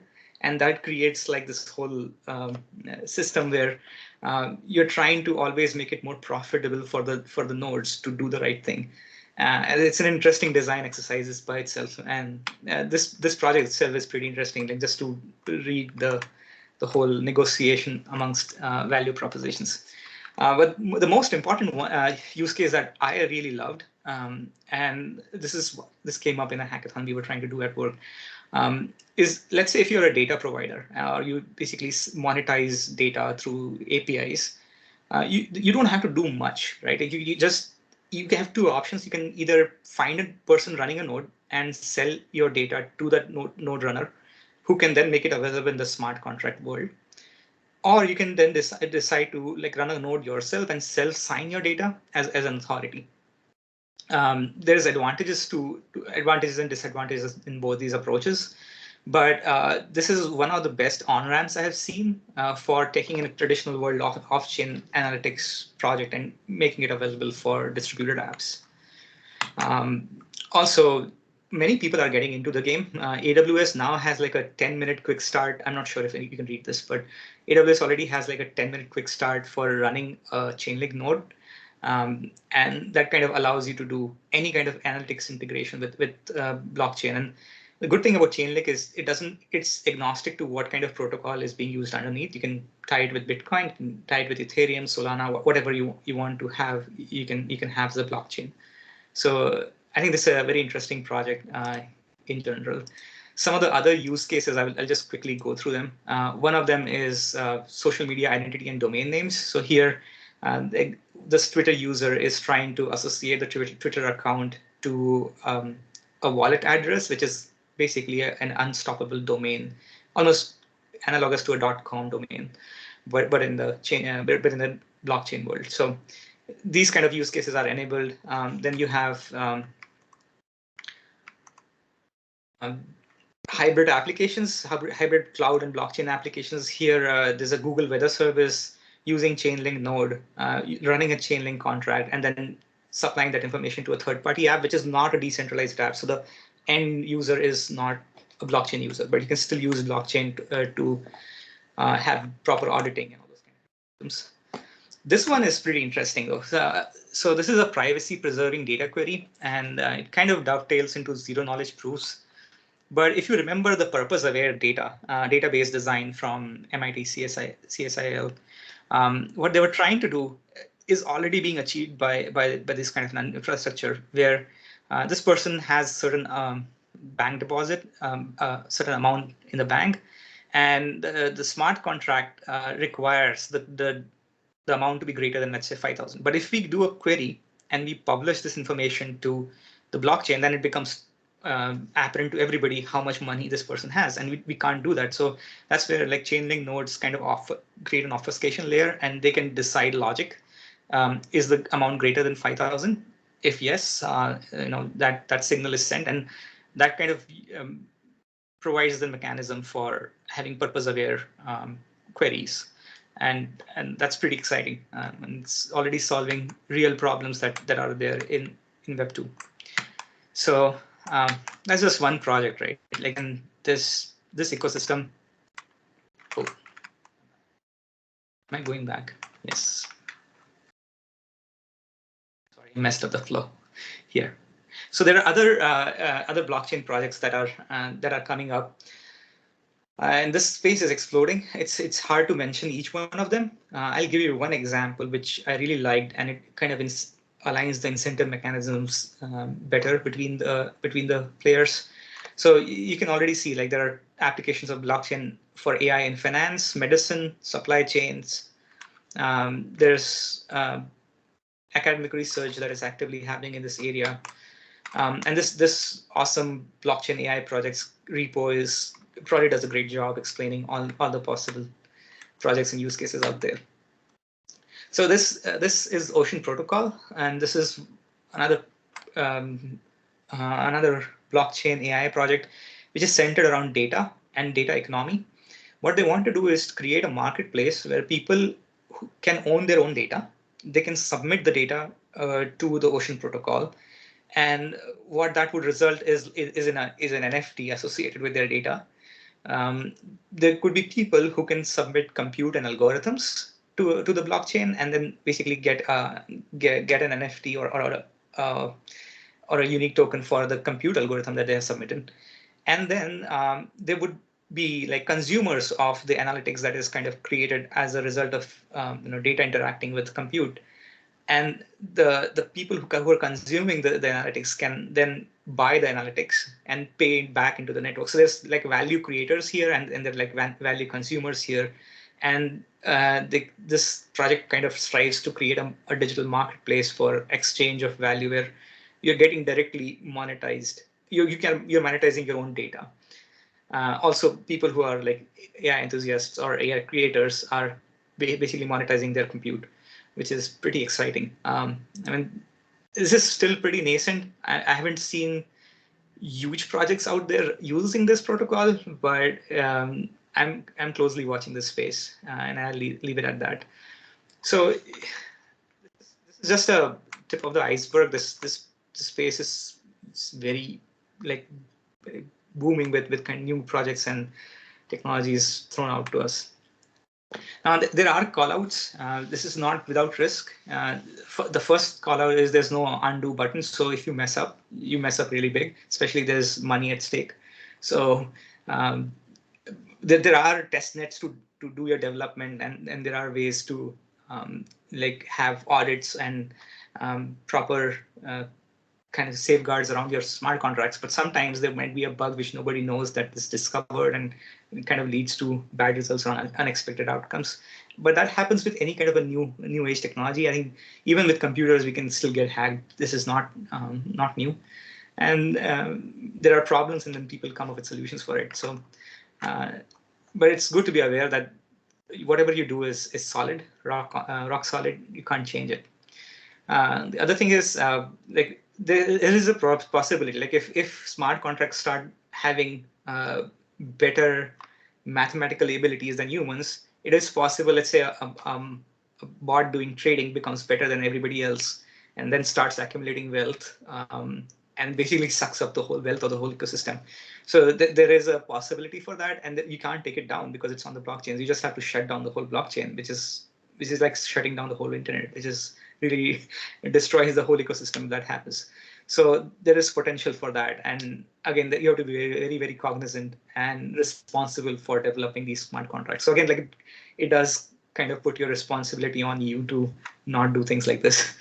And you don't need blockchain. I think this is one of the questions you have to ask yourself before even stepping into this world is, do you really need the blockchain for doing things? Like if you really want to be careful about trust and privacy, you can use federated learning, for example. You don't necessarily have to go to blockchain for the solution, but it does give you some additional capabilities for aligning incentive structures. So I leave it at that.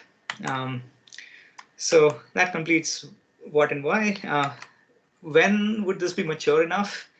There's a lot of unknowns, especially regulation. If you're running a node, you become an agent in the network where there's an additional requirement of doing KYC on you, and all those kind of things are already there in Build Back Better plan. And this is also an evolving area. Everybody's trying to understand how do we regulate this, because this kind of deals with finances and property and value. So it's not going to be straightforward, and policymakers don't have an incentive to adopt something really new, because the downside might actually offset the upside for them personally. So it's going to be interesting to see how this expands. Also, if we want this to happen, like we have to really prove out real world use cases where blockchains kind of improve the system or situation or the whole ecosystem. And there aren't much there. Like right now we have games, NFTs, maybe DeFi, trying to play around with these use cases, but they're still pretty far away from a normal person. And unless a normal person starts seeing value, it's going to be very hard to prove otherwise. Also, developer adoption, this is something that is in our control. We can choose to learn these technologies and adopt them faster, and that kind of improves the adoption rates. But it's only if you are interested in that area. So that kind of drives when this will happen. If you are interested in going about this, there are some good resources. The ones that I really liked, there's a platform called BuildSpace. They're free, open to use. They do small weekend projects. You can sign up. If you complete the project, they'll give you an NFT for that as well. It's not worth anything, but it gives you a sense of recognition. Also, they were the fastest on-ramps for like Solidity and Rust for me, which are the two main languages that are used for writing smart contracts. So it was a pretty interesting experience. But yes, like you would definitely need familiarity with these languages. Rust is not that commonly used, so it's a little hard, and the learning curve is steep. Solidity is kind of like JavaScript, so it's easy to understand. But again, the whole concepts of like immutability and how do you write algorithms that are extremely well tested and you're sure of the ordering and sequencing of things fall in line with how the miners kind of evaluate or compile your code. So it does involve deep initial study, but once you're there, it starts becoming obvious from that point on. So just to conclude, again, I'll reiterate, like these are exciting times. There's intersection of two different growing ecosystems. And whenever there is something like this, there's a lot of new insights, new opportunities for everybody involved in the ecosystem. Also, we have an opportunity to design things better and align incentive structures so that we can have a better experience for everybody and generations to come, maybe downstream. So I'm excited about like contributing to this space. Anyways, that's it. I would love to hear any questions, or let's see like how the sentiment is now. Like, did I make a difference? Like, did I convert any 3s and 4s into 2s or 1s? I don't know. I would love to know. And any questions?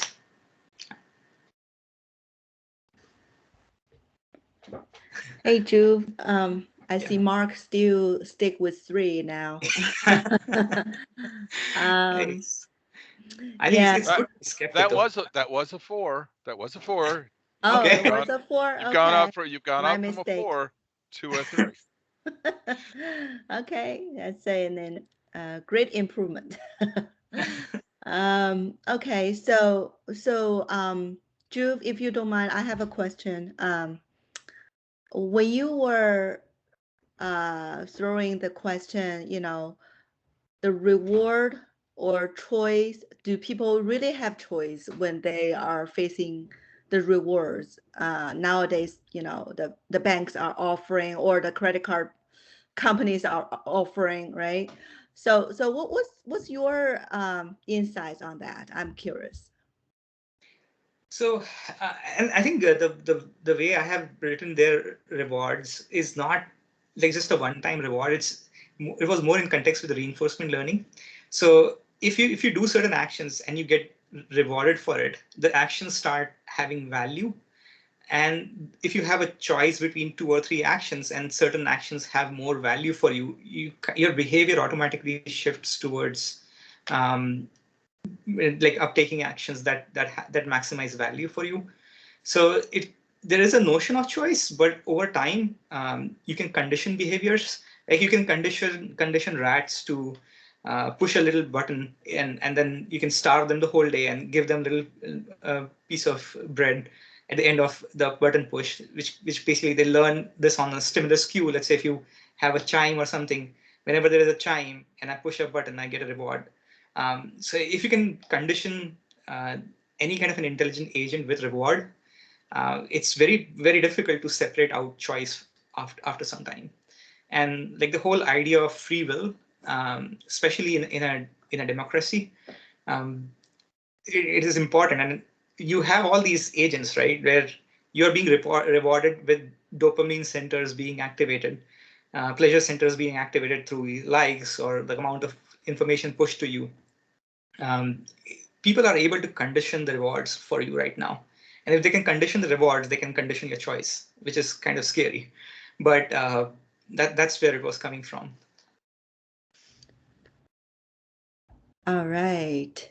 Thank you. Thank you. That's, yeah, we should definitely do better jobs on how to design, quote unquote, good rewards, depending Right. on, the good behaviors, right? Right. So for example, right now, the only incentive for a platform like Facebook for generating money is if they increase the engagement of the user with the platform.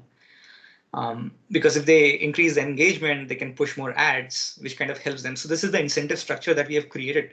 It's very hard for Facebook to walk away from that. It's very hard for a platform to do good, to grow greater good and take a hit themselves. So it's just unintuitive the way things have been designed. The whole business model.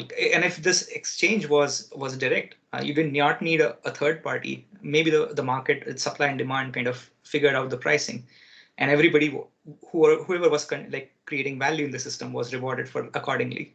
So that kind of creates the opportunities. Hopefully that is clear. Yes, definitely. I see Julio pop up the question in the chat. So does that mean that there is no free will, since all our actions are meant to seek pleasure and avoid pain, etc.? Okay. I mean, there is free will. You can still choose to be sick. Many people do choose to be sick, but the cost is pretty high. And I'm not sure how many people are willing to pay that cost. So it definitely acts as a deterrent over time, and that's my take.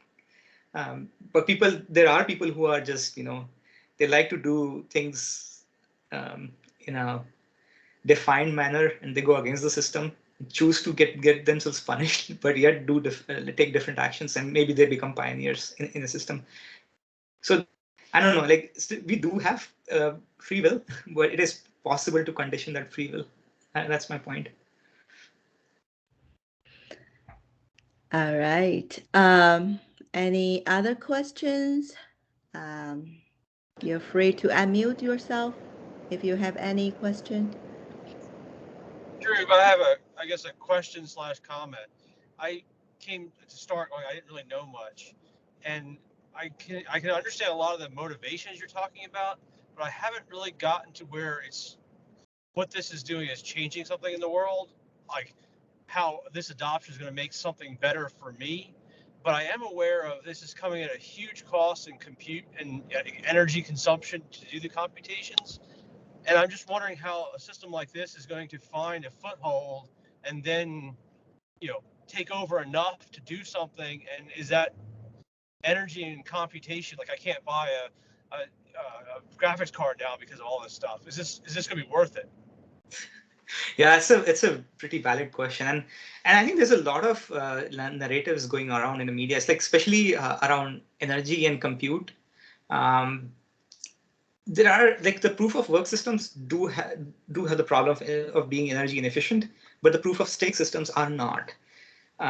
So it's possible to become a validator or a miner with much lesser hardware requirements if many systems choose to move to proof of stake, and that's where I think Ethereum is starting to move towards. But yes, like for sure, like we haven't really seen this change people's life so far. A couple of examples that I've seen, like maybe El Salvador kind of adopting Bitcoin as a payment mechanism. It's still the way the change is coming about is to go against traditional systems where they had to pay like a huge percentage of the currency exchange fees as a forex fees, and that's kind of taken away because now Bitcoin is one of the ways of exchanging value. That's where I see like things becoming more efficient, I would say, rather than the inefficient systems where there was always a regulator in between or a middleman in between trying to control the system. And then that middleman then basically gets too much power and gets corrupted, and then the whole system kind of slows down to a halt. So the idea of having conditional smart contracts replacing this middleman has potential for everybody.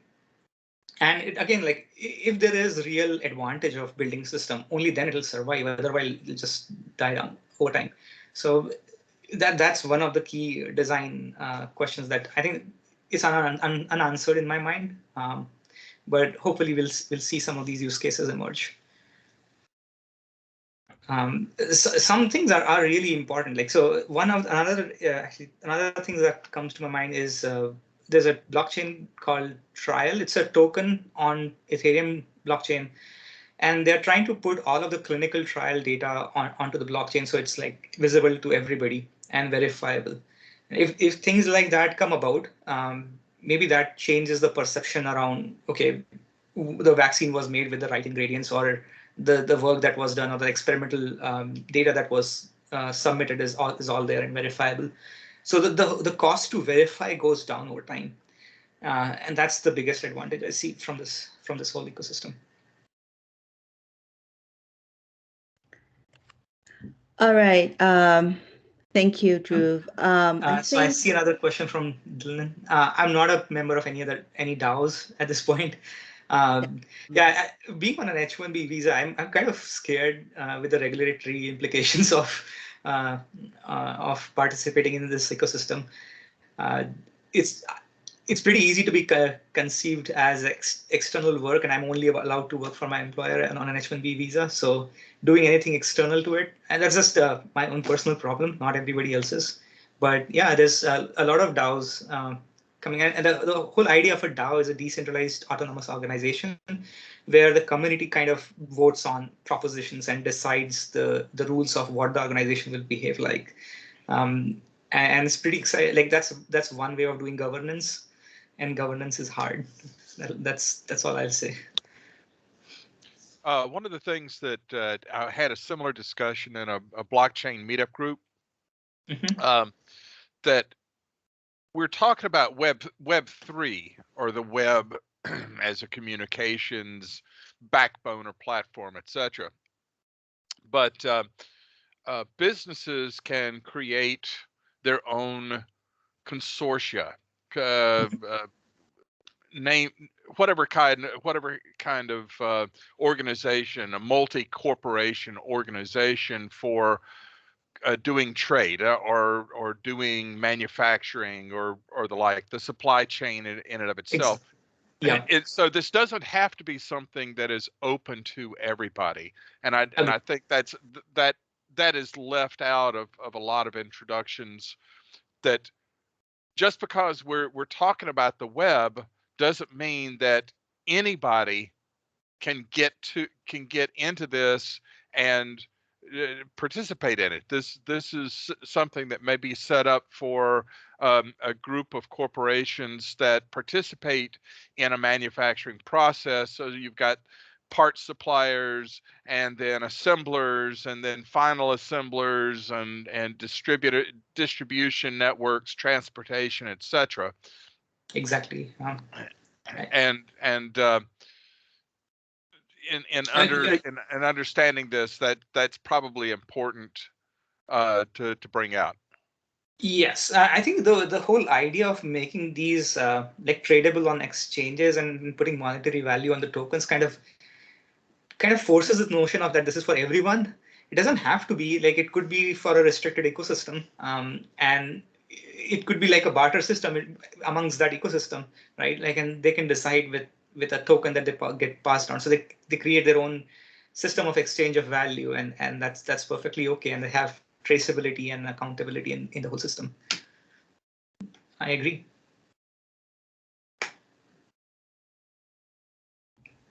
Well, I would like to thank you, everybody, for giving me the time to talk to you. I know Zoom fatigue is real, and like another meeting so late in the day is pretty bad, tiring. So it's nice to still interface with the community. Thank you for the attention. Thank you, Drew. Really impressive presentation format, because this is my first time seeing this kind of format of presentation. Very fancy. Thank you. We still have some time for lightning talks.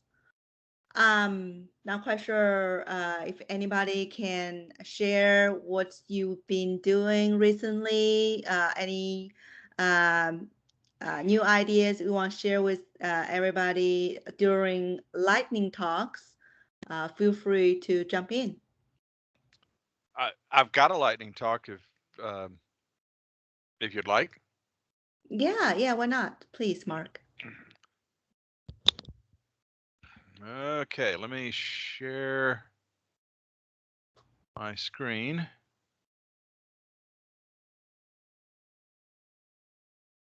So can you see my notebook? Yes, I can. Okay. So the last lightning talk I gave, this is kind of a theme that I've got going on in my head, which is looking at your Python code where you might be doing a lot of iteration, and looking for ways to think of the data in sets rather than something that you iterate through. And Sergio, his presentation, he showed SQL, and SQL is a fine example of looking at your data and operating on your data in sets. So somebody posted posted a problem and wanted to say, well, if you were given a string such as A, B, B, whatever, what was the letter that had the longest sequence, and be able to put out some sort of representative analysis sentence programmatically. The longest sequence is B, and B occurred 5 times.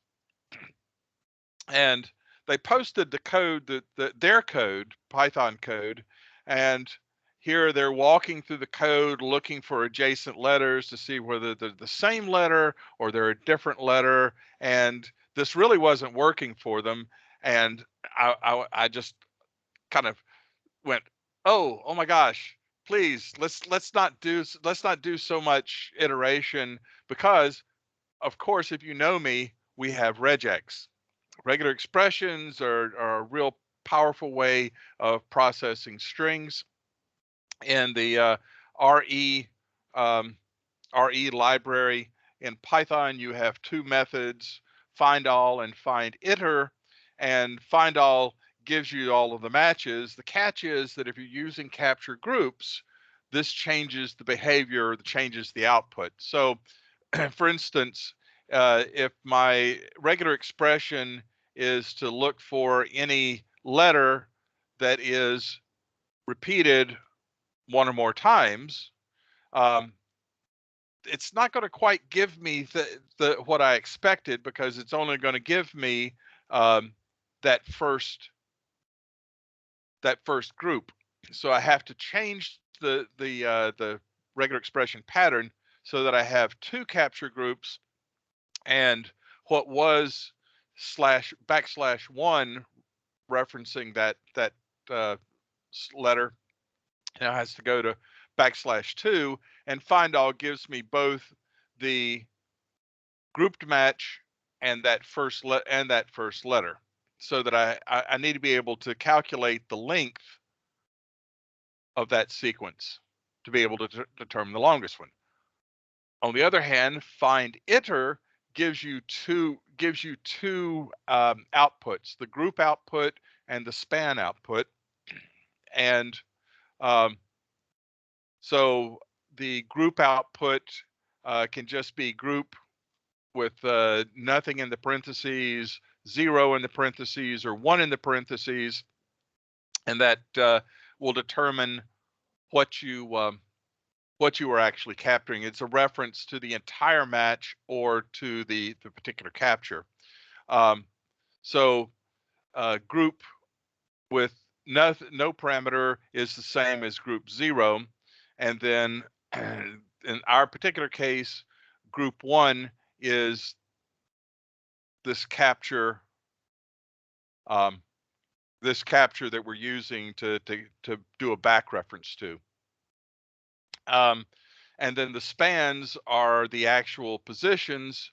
If you're familiar with Python, this would be equivalent to a slice with the first two parameters, a slice function.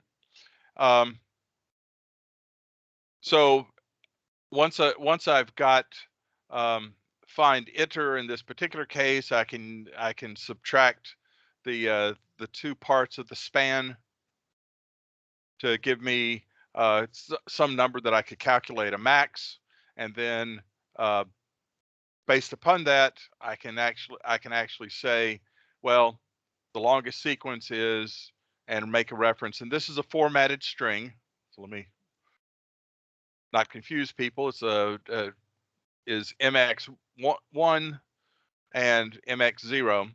So please enter a string, and in this particular case, it was using the input function, and I just typed AABBB, and it comes back and says the longest sequence is B repeated 3 times. As with most things, everything comes down to packaging, so I need to take that code and put it into a function. And here's all of the statements, but I make instead of mx, I make the variable max group length, and so in using the calculation of the group length, I can also use group 0 and apply the length to that, so I can do this group length 2 different ways, using the length function or using that span function that I showed earlier, and then returning the max group length and the longest group keys. Testing it with, I started to think a little bit outside the box. What if I've got 2 longest? So I've got the BBB and the OOO, and now I've got the results are 5 for the length and B and O for the actual keys themselves. How am I set on time? Hello? We still have like 15 minutes, Mark. Oh, yeah, but this is I don't want to take that long for for a lightning talk. I'll quickly go through this. James Wisnett over in the Python group told me that there's probably a library written to do whatever you want to do in Python. And when I looked at, well, how would I do it not using regular expressions? The thing that came up was the group by function or method within the itertools library. And this particular problem was the problem used in the documentation to describe what a group by can do.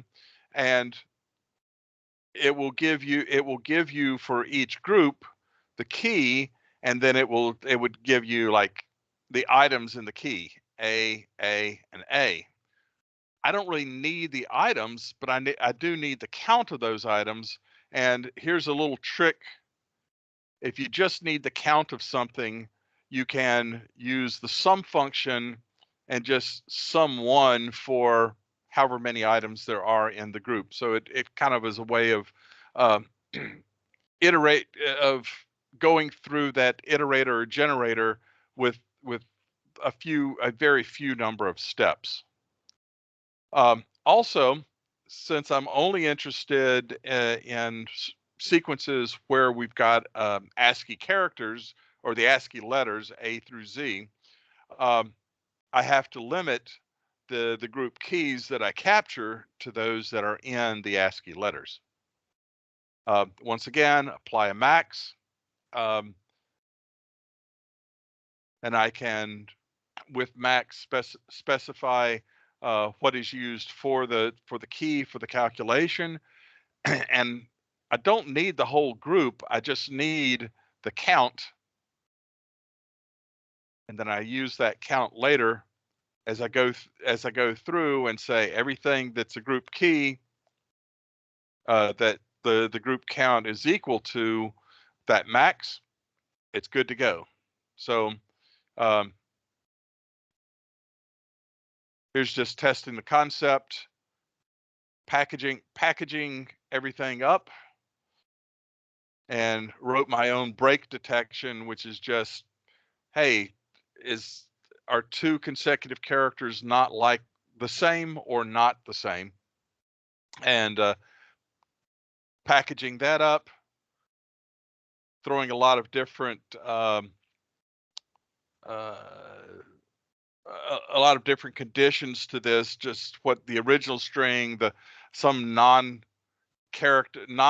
character is the longest, so I certainly don't want to pick it. I've got multiple long sequences. The first sequence is the longest. The last sequence is the longest. And maybe I've got duplicate characters, so I've got 5 B's, 5 O's, and another 5 B's. And here's a trick when doing your testing. If you have multiple functions that do the same thing, you can create a list of functions and then pass that function into your test, so that your test will then use that particular function on that run.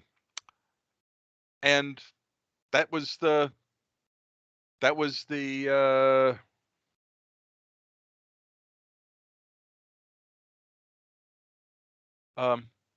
lightning talk. Any questions before I stop sharing?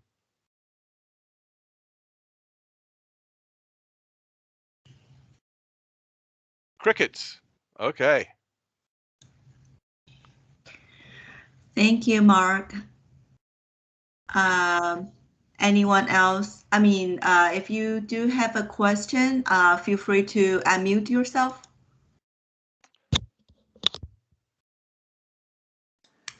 Otherwise, you're welcome Mark, to. I just made a comment, like crickets are just silent agreement. That's what I've understood in Zoom calls. Well, in the comedy world, crickets are not a good thing.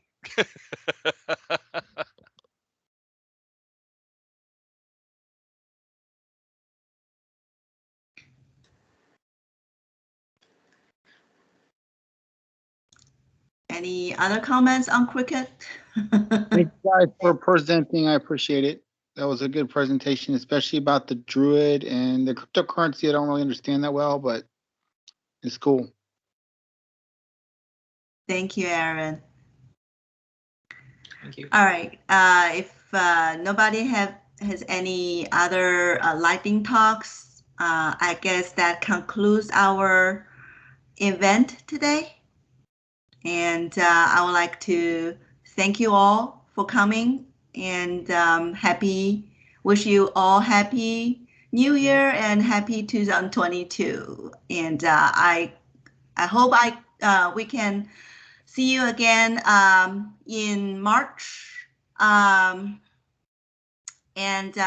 We have new announcement coming from our Meetup app or any registration app you are on right now. More to come, okay? And I'll see you in March. Is that March, right, Mark? Is that March or February? Yes. In March. Okay, good. First Wednesday of the odd months. Yep, that's correct. All right, Happy New Year, everybody, and have a nice night. Thank you. Bye.